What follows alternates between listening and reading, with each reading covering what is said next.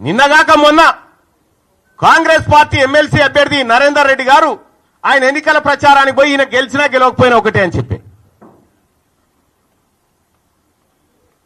ఈయన గెలిచినా గెలవకపోయినా ఒకటే అని చెప్పే, మరి నరేంద్ర మోడీ గారు బొమ్మ పెట్టుకున్నటువంటి బీజేపీ అభ్యర్థి ఆట గెలుస్తా ఉన్నాడు. ఇంకో టీచర్ ఎమ్మెల్సీ ఎన్నికల్లో భారతీయ జనతా పార్టీ ఒక బీసీ బిడ్డకు టికెట్ ఇచ్చి ఫస్ట్ ప్రియారిటీలో టీచర్ ఎమ్మెల్సీ గెలిచి ఆ ఇంపాక్ట్ తోటి పట్టభద్రుల ఎమ్మెల్సీ ఎన్నికలు కూడా గెలుస్తా ఉంది. మీరు జిల్లాలు మొత్తం ఈ మెదకు, ఆదిలాబాద్, నిజామాబాద్, కరీంనగర్ పిట్ట తిరిగి నడుదిరిగి తిరిగి ఎమ్మెల్సీ ఎన్నికలు ఏంది ఫలితం? ఇవాళ ఎందుకు తారుమారైతా ఉంది? ఇవాళ ఏడాది లోపలనే కాంగ్రెస్ పార్టీ పైన, ప్రభుత్వం పైన ఇంత వ్యతిరేకత ఎందుకు వస్తా ఉంది?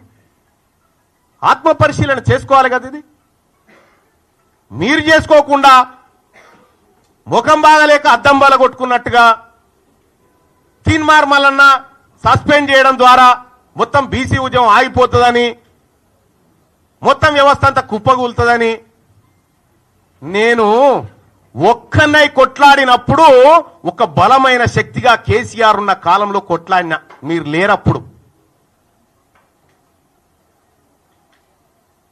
వాళ్ళతోని కొట్లాడి గీడికొచ్చిన ఆయన మేమే గెలిపించిన వాడు. నన్ను గెలిపించిన మహబూబ్ నగర్ లో వంశీచంద్ర రెడ్డిని ఎందుకు గెలిపియలే? వంశీచంద్ర రెడ్డిని ఓడగొట్టింది మీరు గారా? ఇవాళ వంశీచంద్ర రెడ్డి సిడబ్ల్యూసి మెంబర్ గా ఉన్నాడు, ఇక్కడ వ్యవహారాన్ని ప్రతిదీ అధిష్టానానికి చేరవేస్తాడని కుట్రబన్ని ఓడగొట్టి నీ మనిషి చామల కిరణ్ కుమార్ రెడ్డిని పెట్టింది కరెక్ట్ కాదా? ఆడా వల్ల మీ వల్ల కాంగ్రెస్ పార్టీకి మంచి జరిగితే ఓకే, కానీ మంచి జరిగే పరిస్థితి కనిపిస్తలేదు మీ నిర్ణయాల వల్ల. ఇవాళ నా మాట ఎవరు ఇంటలేరు కాంగ్రెస్ పార్టీలోనే అలిగిపోతా ఉన్నావుట. నువ్వు అలిగిపో, అలుగులో దుంకు.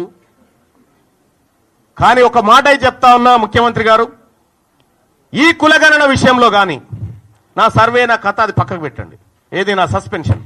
ఈ కులగణన విషయంలో కానీ 42% రిజర్వేషన్ల విషయంలో కానీ 42% వాటా కాంట్రాక్టులు బీసీ కాంట్రాక్టర్లకు ఇవ్వడంలో కానీ కామారెడ్డి డిక్లరేషన్లో కానీ ఎక్కడైనా బీసీలకు అన్యాయం జరిగితే బరాబరి కొట్లాడతాం. ఇవాళ నేను మాట్లాడడానికి ఏమైనా అడ్డం గుంటే అన్ని క్లియర్ చేసి పెడుతుంది. కాబట్టి ముఖ్యమంత్రి గారు ఈరోజు కూడా మేము సూచన చేయదలుచుకున్నాం. నన్ను సస్పెండ్ చేస్తే నాకే ఇబ్బంది లేదు, ఎందుకంటే తీన్మార్ మల్లన్న గత ప్రభుత్వం మీద కొట్లాడి 100 రోజులు జైలు జీవితాన్ని గడిపినటువంటి వాడిని నేను. ఇప్పుడు నీ పక్క పంటి ఉన్న వాళ్ళు ఎవరు జైల్లో లేరో, ఒక కేసు కూడా లేదు వాళ్ళ మీద. అధికారం రాగానే దగ్గరికి వచ్చి కూర్చున్నారు. మరి మేము ఎట్లా ఊకుంటాం? రేపొద్దున ఖచ్చితంగా గ్రామాన బీసీ వాదాన్ని తీసుకుపోతాం, బీసీ ప్రజలను చైతన్యవంతం చేస్తాం. ఇప్పటికే ఎమ్మెల్సీ ఎన్నికల్లో బీసీల సత్తా దాటినం. 50 సంవత్సరాల క్రితం పుట్టిన పిఆర్టీయు, 54 సంవత్సరాల క్రితం పుట్టిన యూటీఎఫ్,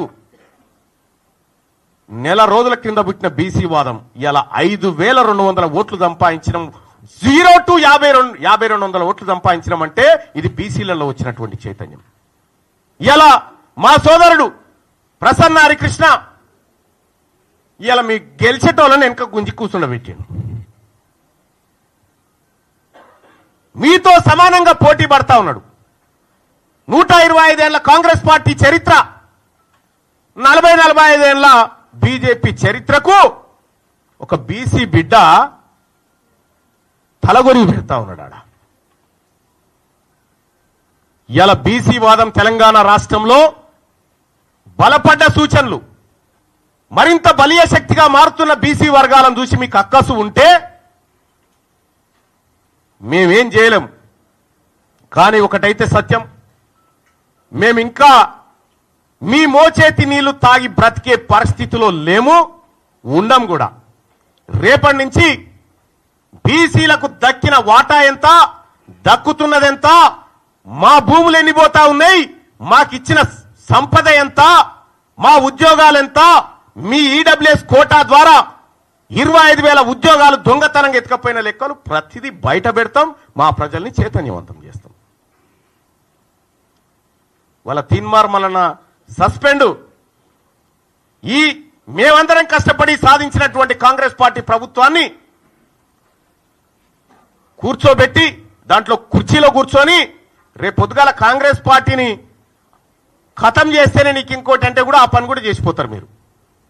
కానీ ఆ పార్టీ బతకాలని కోరుకుంటున్నాం మేము ఈ ప్రజాస్వామ్య దేశంలో.